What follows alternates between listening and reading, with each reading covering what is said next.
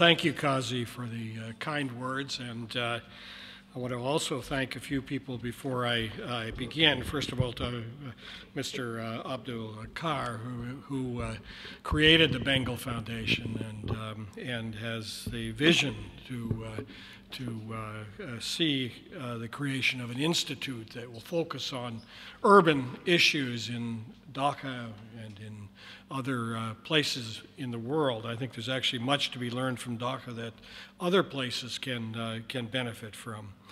Also, as Kazi did, thank you to the people from BROC. BROC is actually a pretty well-known organization among those who do international development, and it's also wonderful to know that their architecture program is becoming well-known as a leading program in that field as well. I want to talk about something different than what most people might have come expecting me to talk about. Let me say what I'm not going to talk about. What I'm not going to do is what I often do and many designers do, which is to show my projects. It's sometimes useful, but I'm not going to do that. I'm also not going to give you some solutions to Dhaka. This is my first visit to Bangladesh. I've been here 4 days. I don't think I know the place well enough to know what solutions will work and won't work in this place.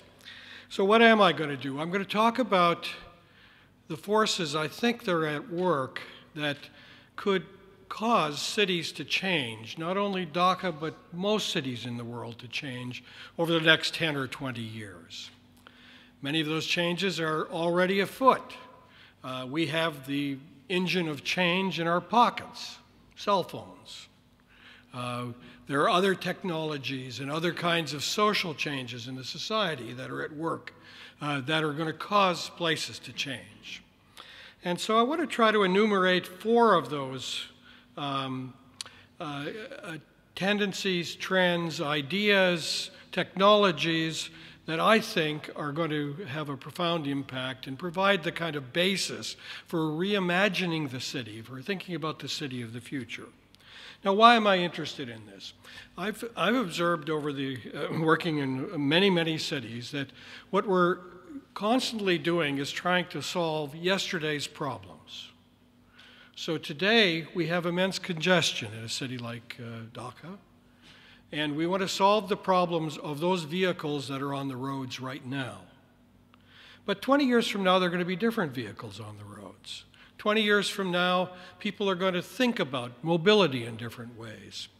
And so, as a responsible designer or planner or urban designer, it strikes me that we have to be always thinking 20 years ahead, thinking about what the arrangements of the society are going to be 20 years from now, thinking about what the technologies will be that we will have at our disposal 20 years from now.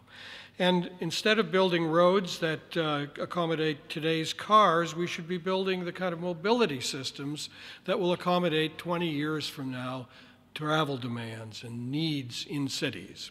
And so let me do some speculation about that tonight, and perhaps it'll spur some ideas in your mind, and we can also have a conversation about it. I want to also apologize a little bit to the students that I'm working with at the Institute, because I've talked about a few of these ideas already, and so for them it's going to be old news that I'm dealing with. So let's begin. I want to begin by looking backward to start with, and asking the question of when do cities change? When do they make big changes in their form? And then I want to look forward and say, okay, are these the things that are going to cause us to be changing? So in the past, the major drivers of change, it seems to me, have been economic shifts. When economies take off in cities, when new economic potentials arrive in cities. Second, technological changes. Third, changes in the social organization that cause you to want to live differently, cause you to want to organize yourself in space differently. And finally, public policies actually make a difference too, and they can make a big difference if there's a consensus about ways to move. So I begin with a city, two cities that I actually think very highly of in terms of how they've responded to change. And the first of those is Barcelona. And this is a map of Barcelona in 1850. It was a small village located on the Mediterranean Sea, a little seaport, trading post. It gathered all of the products from the hinterland, from the agricultural land. It put them on boats, sent them to various other kinds of places, and that was the nature of it. It was a tiny city in 1850, as you can see. The walls had just been taken down on the city. And so it was now poised at a point where it could contemplate bursting out of that form. But the engines of change, quite literally, are there on that map. And the engines of change are two railway lines that came into the city that connected it to the rest of Europe. The railway was also the beginnings of an industrial revolution that was going on in Europe. And in 1859, a wonderful engineer by the name of Ildefonse Cerda made a plan for the expansion of the city. Now remember, this is the city that he was looking at right here in the center at that time, and this was his plan for the expansion of the city. And it was a remarkable plan that said we should build a grid pattern that goes out in all directions and has major boulevards to move traffic through and other kinds of things. And that plan that he drew up, which was to deal with a city that looked like the one on the upper left here, and in the creation of boulevards, the creation of blocks that could accommodate both factories and housing and workshops and the other kinds of new potentials of that city, actually have resulted in the kind of city we know as Barcelona today. And the technology that he inserted into that city was a whole new idea. It was an idea that you should put infrastructure in the ground before you build the buildings. You shouldn't just build buildings and then try to figure out later how you're going to put sewers in and other kinds of things. And he was an engineer, and he had all of these wonderful ideas about it. But there were ideas about trees as well, and ideas about pedestrian ways as well. And so he had a kind of vision of a future city that didn't come from the city that he was in at that time. It was a vision about what potentials there were for a new city on it.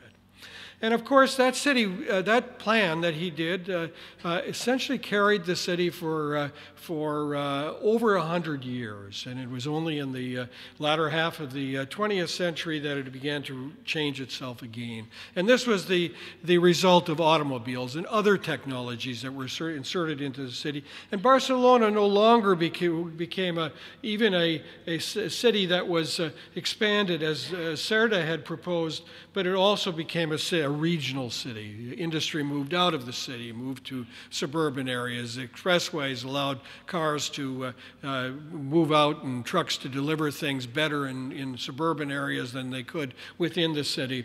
And the city became a kind of network of cities. As you can see here, these are the telephone calls that are being charted here and where they're going. And each one of those suburban areas became cities in their own right, and Barcelona changed.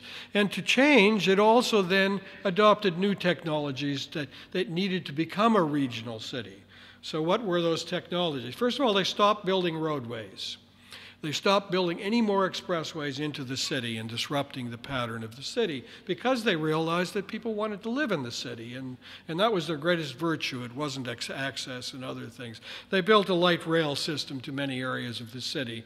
They created high-speed rail connections to other parts of Europe, 150 years after those first railways arrived. And they built centers that were based on transportation, places where people could get to easily were the places that they favored for growth and development. So a second city that's gone through transformations that are equally remarkable, I think, is Beijing. And I've spent a lot of time in Beijing because I've taught there for about 30 years, and I've seen that city, even in 30 years, have a remarkable transformation. So Beijing was, at the 1875, was simply a walled city, a small city that sat within the walls. In fact, the pattern, as you can see here, had two sets of walls that expanded once and created a second set of walls. At the center of it, the imperial palace, the Forbidden City of it, and then the second set of walls as it was expanded, and blocks with small houses on them, blocks usually east-west, because the sunlight could then get on the face of every building, which was very important in that climate. After 1949, when a new government took over and a new idea about the society was instituted, a new master plan was created for Beijing. It was created largely with the help of Russians who had in mind the pattern of Moscow and the kind of conventions of planning there. But the more subtle things about this master plan that were really important are that it created large industrial areas in the city. Beijing was to become a working city, not just a government city and a cultural city. And the new communist government said, you know, we want workers in the city. We don't want just people freeloading on the work of other people that are in the countryside and in other kinds of places. So large industrial areas were created, but also a block pattern was created in the city of very large blocks. And why was that? It was created because the whole organization of the society changed. Danways were created. Danways were living and working units where people lived and worked and sent their children to school and got their medical care and shopped, all within a new kind of wall, literally a wall in most cases, of an industrial unit. And so this is one of those industrial units that you see over here. It happens to be still exists near the center of the city. And within that are all the housing and everybody that works on this factory that's located in this place here. There are schools, there are all of the other kinds of pieces. And so these are very large blocks, sometimes a kilometer in size, and you can't drive through them, or you can't go through them. They belong to one unit. And in fact, actually, most people didn't need to, because everyday life could exist within that compound. And if you wanted to go somewhere, you got on your bicycle and you went there. This is what it looked like. This is one of my pictures, actually, when I began going to Beijing. And there were some electric streetcars that took you on routes that were going to the city. When China made another economic change at the end of the 1980s, began to make it, they realized that they had to build a different kind of city, a city that had to do with people moving from place to place. And that pattern that they had didn't work. I mean, they had immense congestion because they didn't have enough roadways to get from place to place. And so the next big master plan in 2004 showed a city spreading to a regional scale of 6 ring roads built around the center of the city to provide mobility to new factories that would be located out in the perimeter of the city. Green spaces inserted for people to have recreation space and to absorb runoff and to do all of the other ecological things that had to be done in order to make the city work.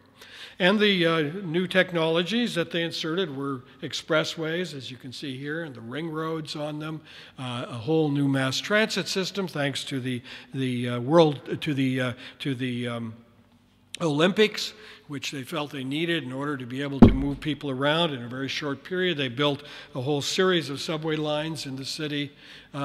But they also did other things. They also built 2 central business districts in Beijing had never had a central business district before 1990. Didn't need it. The government offices were the central business district. That's where you went to get anything done. And so it had to build 2 central business districts, which you see on the upper left-hand side. It also decided that it was time to start taking some of those factories out of the inner city and moving them to other locations. And what did they replace them with? Well, they created innovation zones.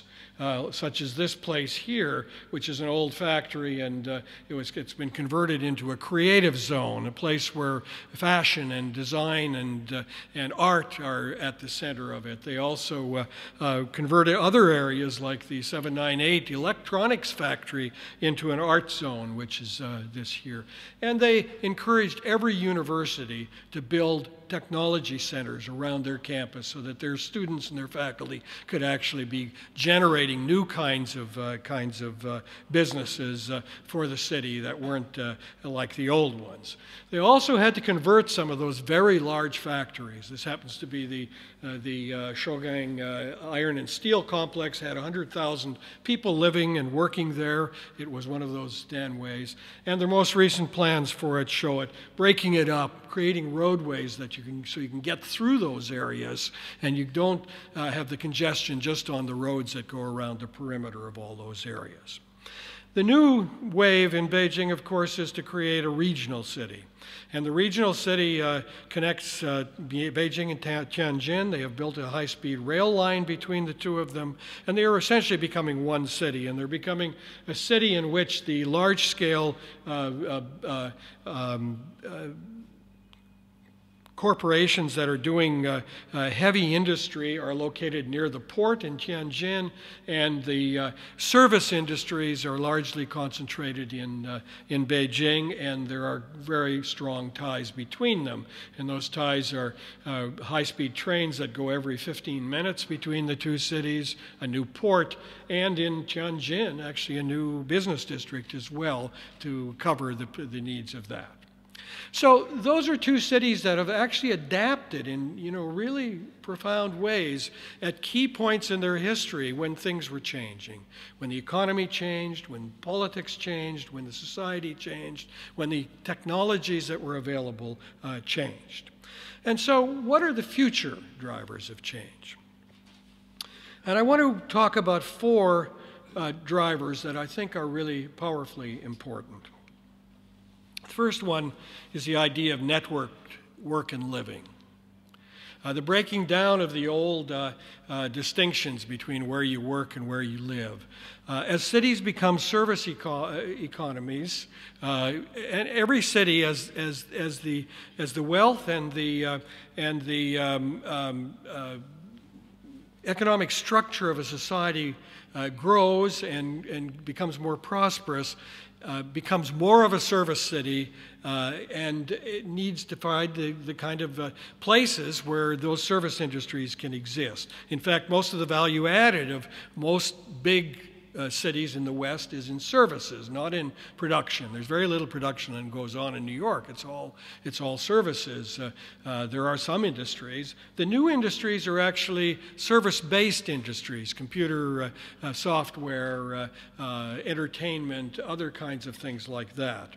And so the first change is the emergence of connected lives.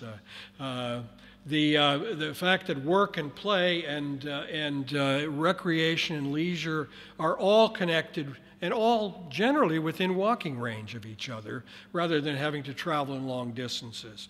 And so the new world is the new world where you can order anything on the internet. In my apartment building in New York City at 5 o'clock at night, if I come down there, there is a person with about 20, there are 50 apartments in my building, there are about 25 boxes of groceries that are being delivered to people in that building. They've ordered them during the day, and they deliver them just in time for them to arrive at night and use those kinds of things. And I would guess that many of people in this room are actually ordering many things on the internet as well. Well, that profoundly changes the patterns of commerce and where they occur in cities and how they occur in cities. But also changes recreation, and networked potentials actually change the way people work. You can be in several cities simultaneously through the telepresence on it. And it also creates the opportunity for people to do really specialized things that everybody doesn't do. In this case, in Boston, this guy is delivering organic foods only. That's all he deals with on it. So it's instant everything. And it works because of that device that's in your pocket, and it is going to change, I think, in profound ways, the pattern of cities as we move forward on it. So the modern consumer does, this is a U.S. study, consumes 417 minutes of screen time every day. That's a lot of minutes on the screen, and that makes connections of all kinds, social, economic connections, allows new businesses to be able to operate, and so on. 80% of people in the United States use their cell phones to order things, and so on and so on. And ultimately, things will be delivered in different ways too. And in fact, there is significant experiments going on of using drones to deliver packages, so that the day that you order something, you can have it delivered at your home. There are lots of issues about where these things land in cities, and it'll require all kinds of other ways of thinking. But in the future, this will be possible. Now, there's something else that's going on. Just as a time when we can live and work anywhere because we have cell phones, we have all of the technology there. In fact, actually, people are wanting to live and work close by others that they're living and working with. And this happens to be a hotel in New York City. This is the Ace Hotel. This is the lobby of the hotel. Not a person in this room is staying in that hotel. They've all gone there just to do business. They've been working with people. They want to meet somebody. The hotel has some places you can get coffee, and you can get meals, and you can get other kinds of things. They go to the Ace Hotel. Their friends arrive there. They do business with them. They do their email while they're waiting, etc. And these kinds of places in the city that are the places where people collect and people want to meet each other, are of all kinds.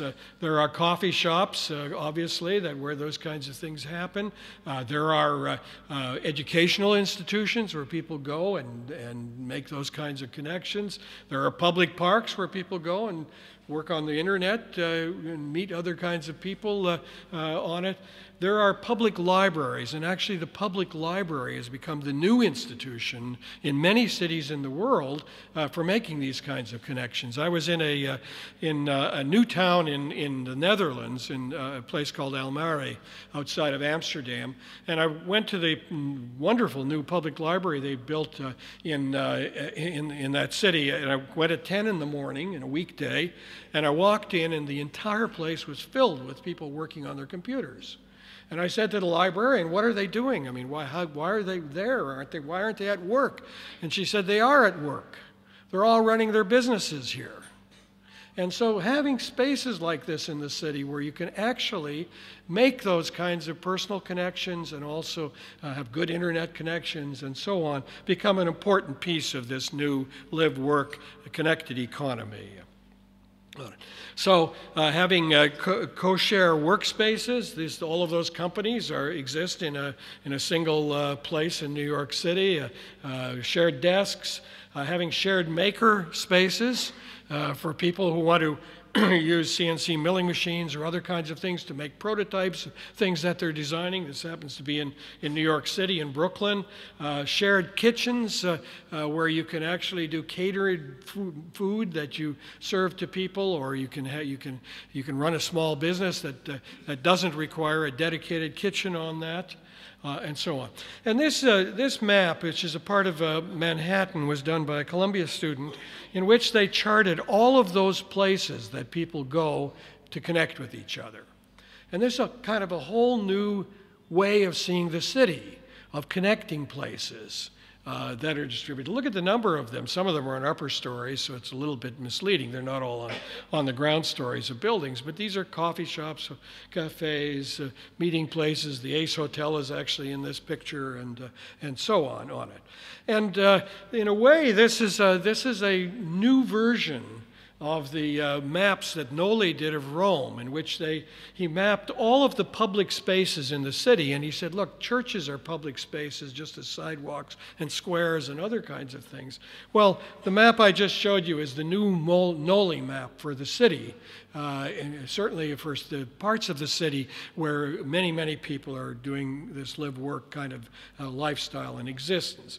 And some cities have decided that they were going to try to create the infrastructure for this as well. And so in Boston, the city, along with private developers, created an innovation district, in the innovation district, a place called the District Hall. This is a place, this is an Ace Hotel lobby, you know, where you can go and eat with other people or talk with them. You don't have to be a member or anything like that. You go there, they make their money off of selling coffee and meals and other kinds of, and they have rooms for meetings if you need a place to meet 3 or 4 people or do a training session for some of your people and so on. And it's a public space. Other places, the University of Pennsylvania is creating what's called a Pennovation Center. This is a place where faculty members from the university can rent a small space to start a business. And the place has also common spaces. It's an old factory building that's been converted, has common spaces in it that allow you to meet with people, have services that you need of printing things or doing other kinds of stuff like that. This is a really huge project in Brooklyn. Brooklyn has become the new center of this innovation economy in New York City. This is 6 million square feet of space, old industrial buildings that have been converted into small business spaces and worker spaces. And so every one of these tall buildings, I think they're about 8-story or buildings in this thing here, has been converted for companies to do things, and there are people that are baking goods in those areas. There are people who are making software, doing software. There are artists who are working there doing art in that space. There are spaces, common spaces like this, where you can meet with people. There's one of the largest companies that started as a little kind of space there is a company that makes 3D printers. And in a series of 5 years, it's gone from 2 or 3 employees to 500 employees. It's one of the largest companies making 3D printers in the United States. And that's all grown in that building right there. That's where they started. And so other cities are doing it as well. In Shanghai, this is an old steel plant that's been converted into an innovation space. It's called Red City.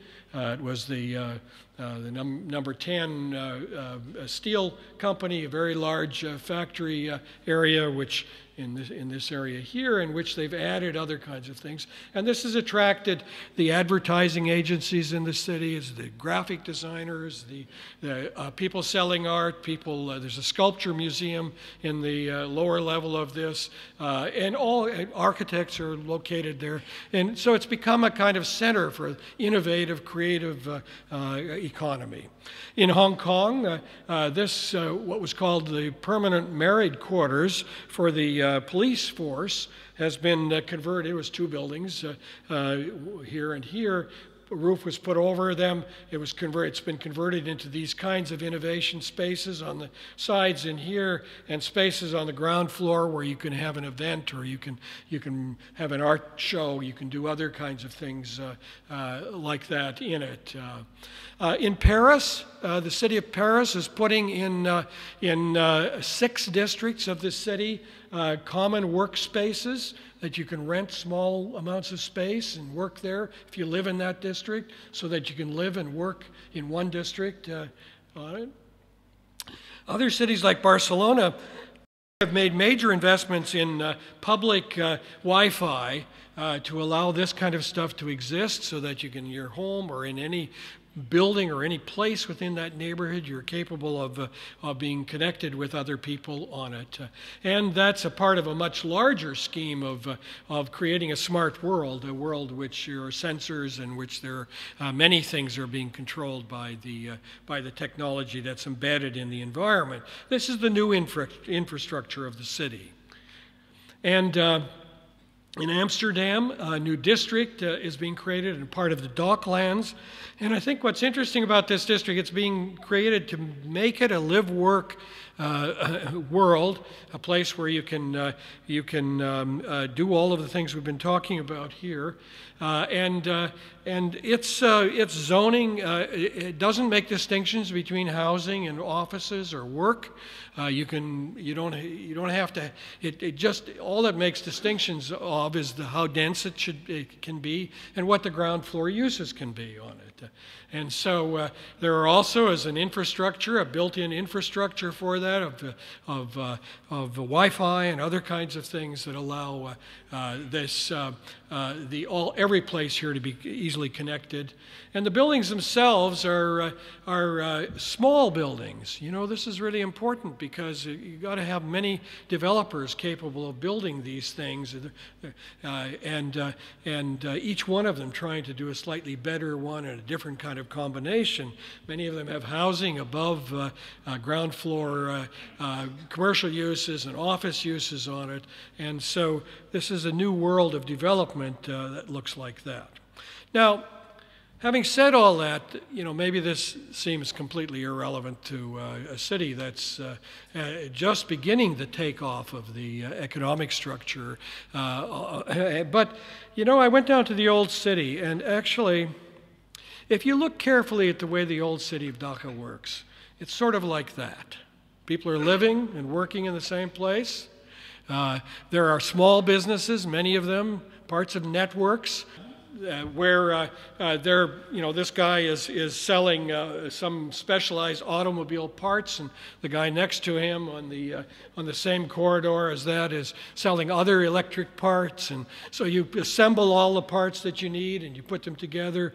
There are restaurants where people get together with their colleagues and have a bite to eat at noon. So actually, this is an old pattern. It's an old pattern, but it has new life, new legs to it because of the emergence of these kinds of service economies. Second, new mobility. If I asked you how many people think the automobile that's on the road today is going to be what the automobile looks like 20 years from now, how many people would say it's going to be exactly the same? So nobody will. We know it's going to change. We know that mobility is going to change. And so in Dhaka, where we have this quite remarkable mash of technologies that we use for mobility, probably every one of them is going to change. And so how do we predict that? How do we think about that? How do we think about what the potentials are on that? Actually, remember this picture because at the end of this section, I'm going to show you something that looks quite a bit like that. That's new. On it, but you have an incredible array of types of vehicles for movement, all kinds of buses, rickshaws, cars, you name it. It's almost all here in this photograph on it, and all of those things also occupy the same street space, which is actually part of the reason you have immense congestion, because you have no place to store buses, you have no, the rickshaws, line up and take a whole lane of traffic while they're waiting for others. And so that the kind of mash that you have is actually the problem, that nobody has actually sorted it out in any way. But it does actually move a lot of people, and that's really important. And so the new world is the world that, as I said, you've got in your pocket as well. It's the mobility on demand world. That is, you don't have to go where the vehicles are, the vehicles come where you are. And Uber and other kinds of companies like that are pioneering this in cities all over the world on here. But also taxis and others are not just roaming the streets and occupying street space.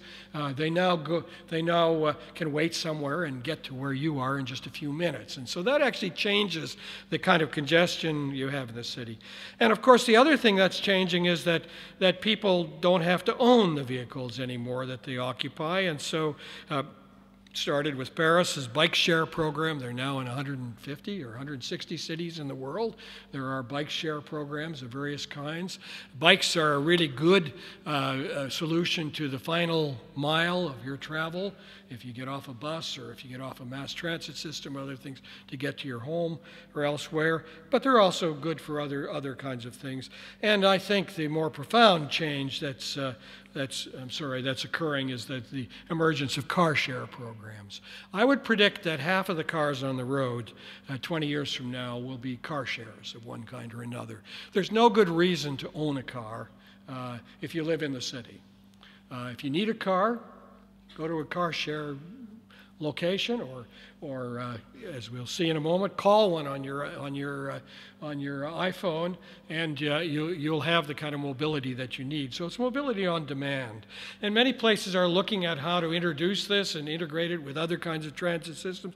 In Los Angeles, where they're building a new mass transit system, they're also building bike share and car share programs that cluster around the transit stations, so that if you get off the transit, you can get home, or you can if you're carrying big parcels, you can use a car share to be able to take it to your home. This is already happening in parts of Germany. This is a series of electric vehicles in a German city that are clustered around the stops on the mass transit system.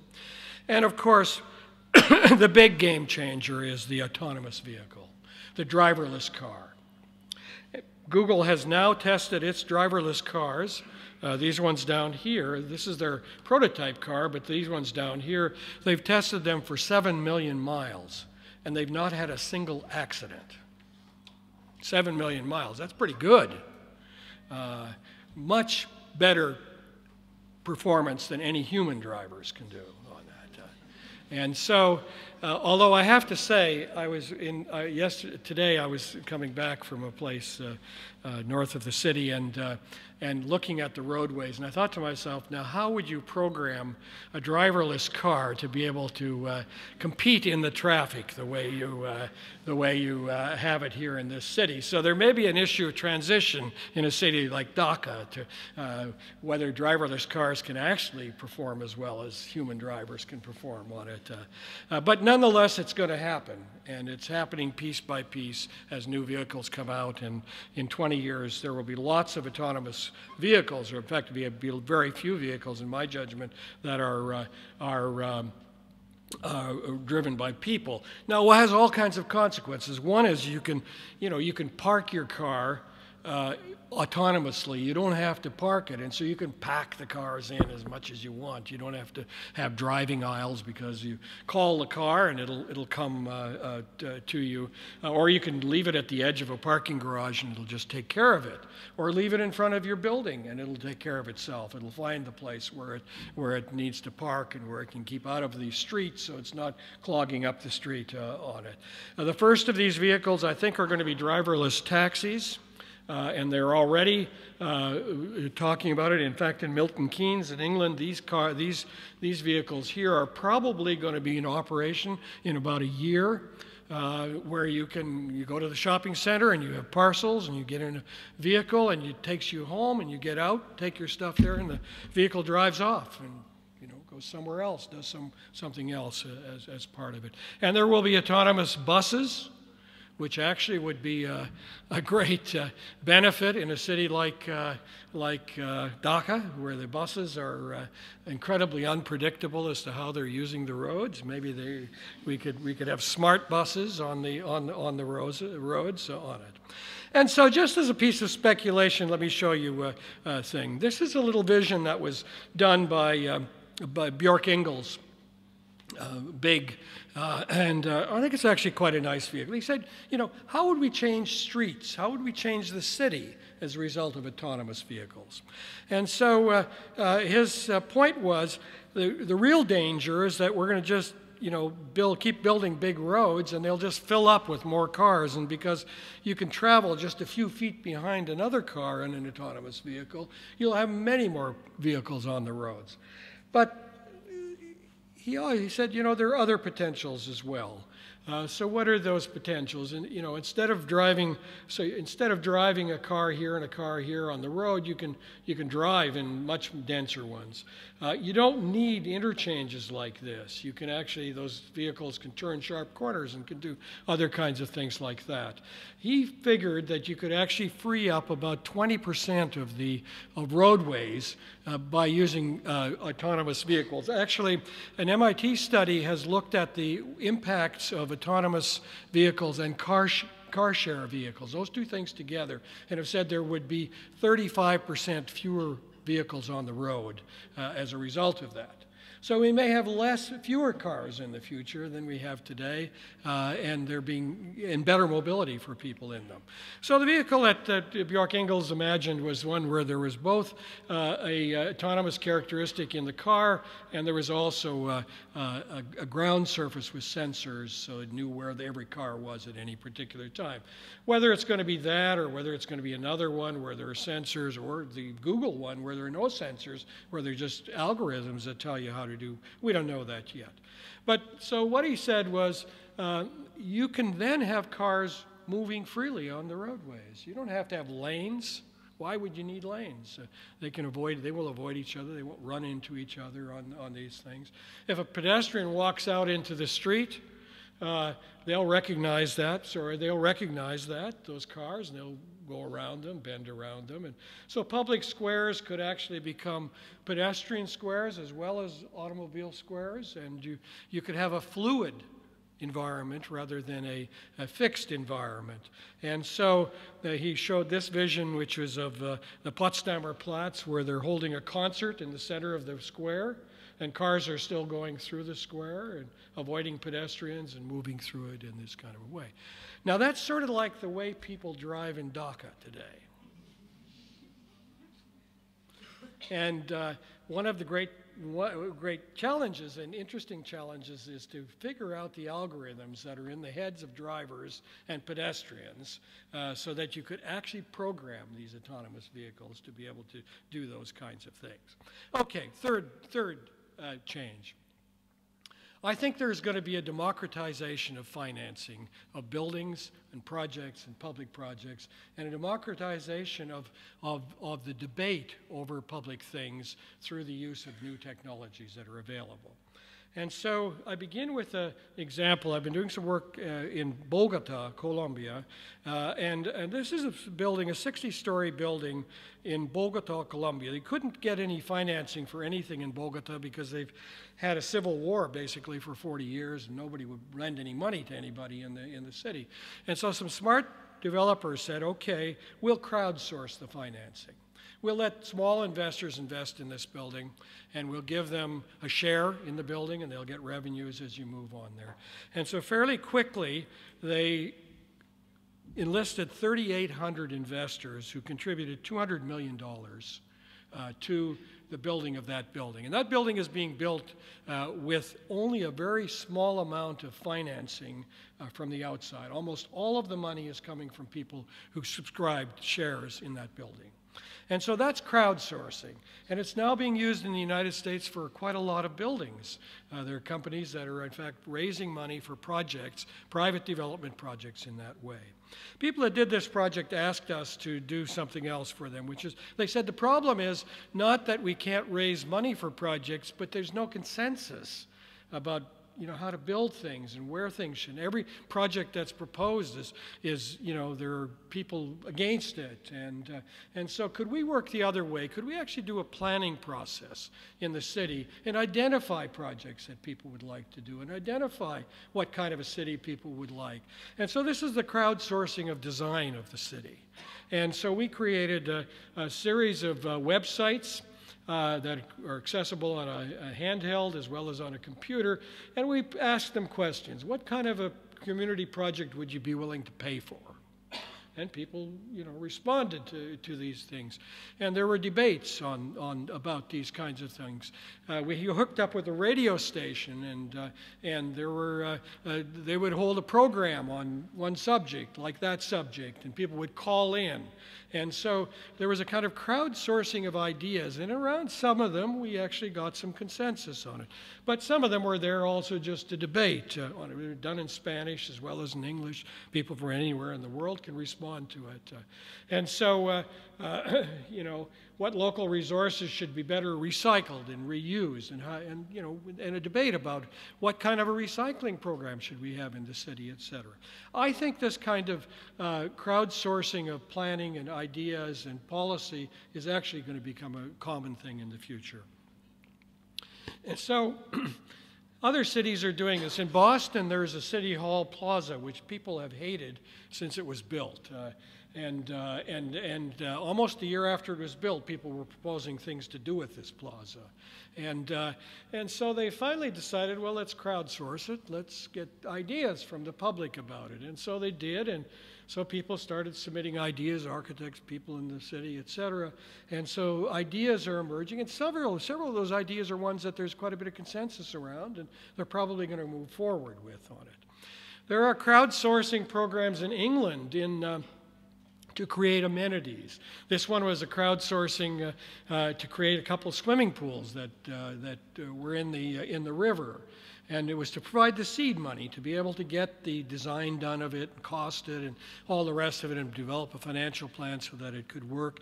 The mayor of London has actually decided he's going to have 20 crowdsourcing projects on the agenda at any time. So they put 20 of them out. And if you go to the City of London site, you'll see the crowdsourcing projects that you can invest in as a private citizen. What do you get? Well, you get a membership in this club that's there if you've crowdsourced early on it, and so on and so on. Just as when you crowdsource in making a film or doing other kinds of things. And in New York, this has also been followed up. What's interesting, this, of course, they're going to have a discussion about this at the Ace Hotel. So that's joining the two pieces of that, and so on. This is other kinds of things in England that are being crowdsourced, and how much they've got. They're raising $28,000 to get this outdoor classroom put in place, and they're at 65% at the time when I looked it up on it. And then in Kansas City, they're crowdsourcing their museums and their cultural institutions, and instead of depending on people who give $1 million to build an exhibit, they depend on 1 million people giving $1 to do an exhibit in this thing. And this really changes the nature of what you can actually do as part of city life. And there are sites that are devoted and dedicated to this. And then finally, I think a driver of the change of cities that's really critically important is the idea of creating, of focusing on eco-sustainability. Now, that's obviously an issue here in Dhaka, and it's an issue in New York. It's an issue in New York that we didn't know we had until 2 years ago, or 3 years ago, when a hurricane came up the coast, and Lower Manhattan looked like that. What's interesting, this is about 23rd Street up here, and everything below that was underwater. Now, that seems common to you here. It's not common in New York. Nobody believed we had that kind of a problem in New York, although scientists had said for years that it could happen in New York City.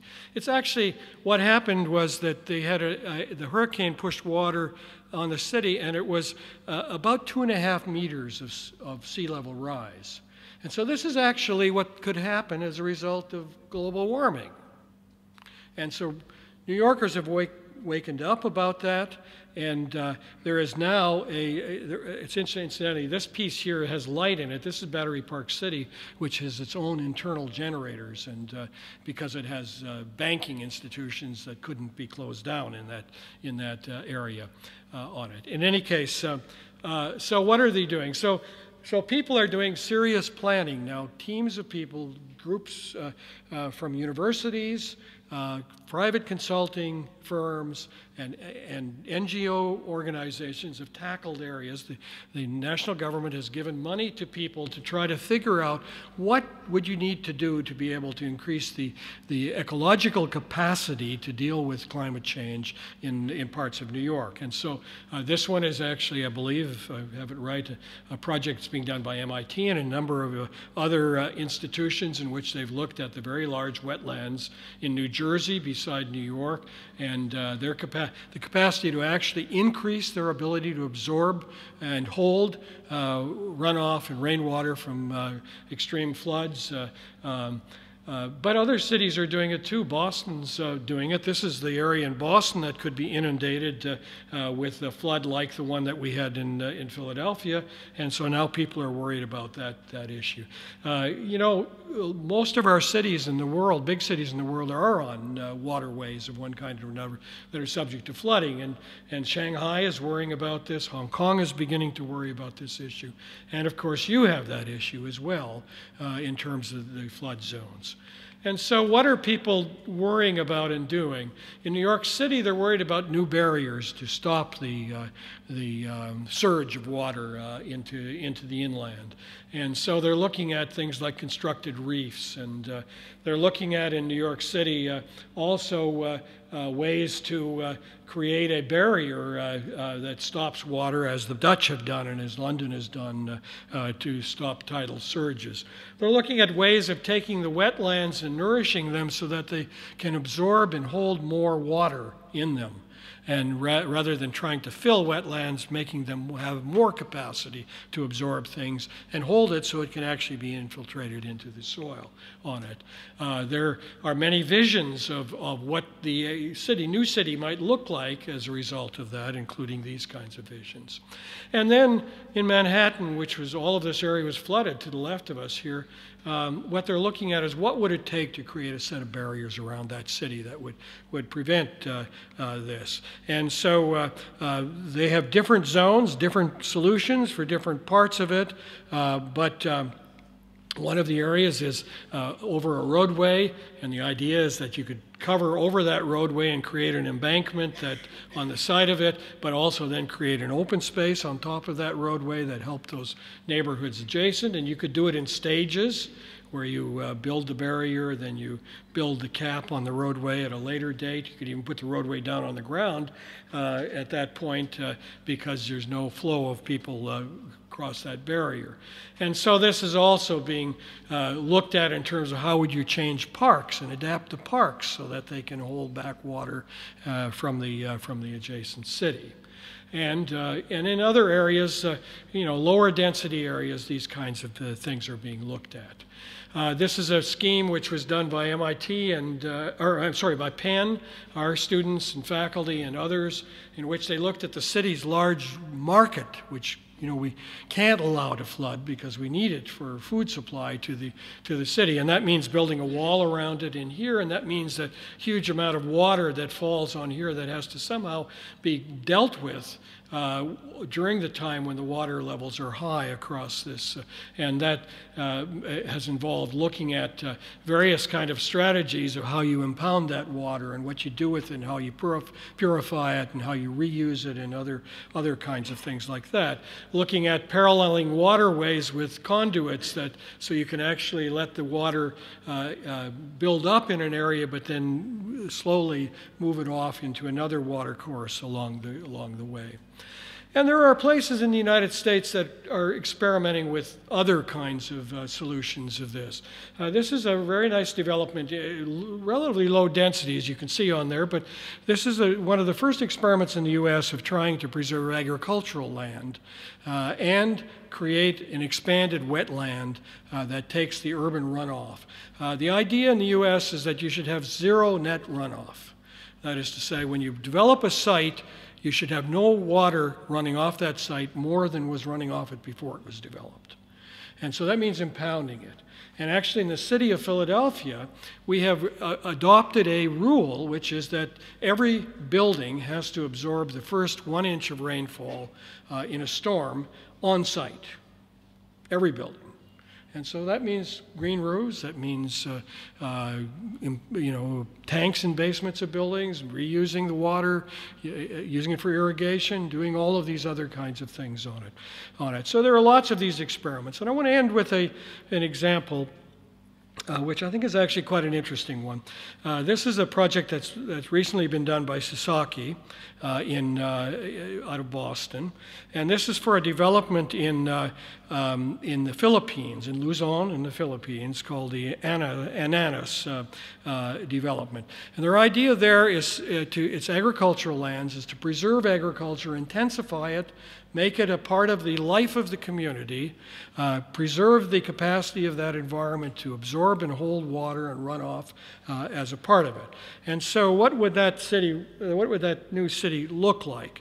Well, in some ways, if you look at the image above, it's got more green space than most places have in the Philippines that are being built today, but it's not wildly unconventional. What's unconventional is the way that this site, which is on the left here, is being planned in detail.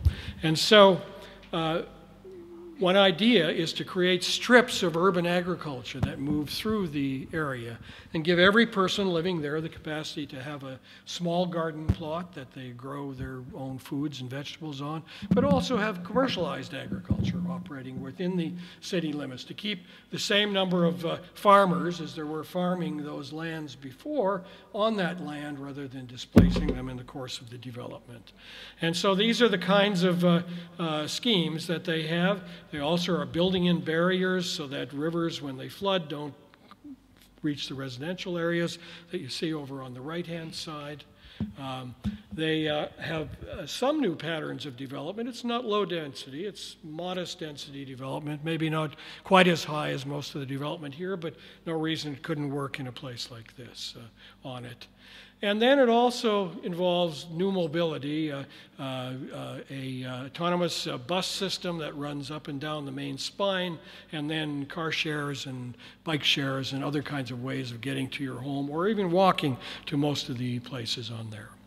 So those are four sets of ideas that I think are going to have an impact. They're going to have the opportunities, present opportunities for us in cities. And I suspect 20 years from now, most cities in the world are going to look different from what they are today. I think we're at a point of inflection, a point where rapid change is going to occur. And those cities that have seized that potential are actually going to come out looking very different. So thank you very much.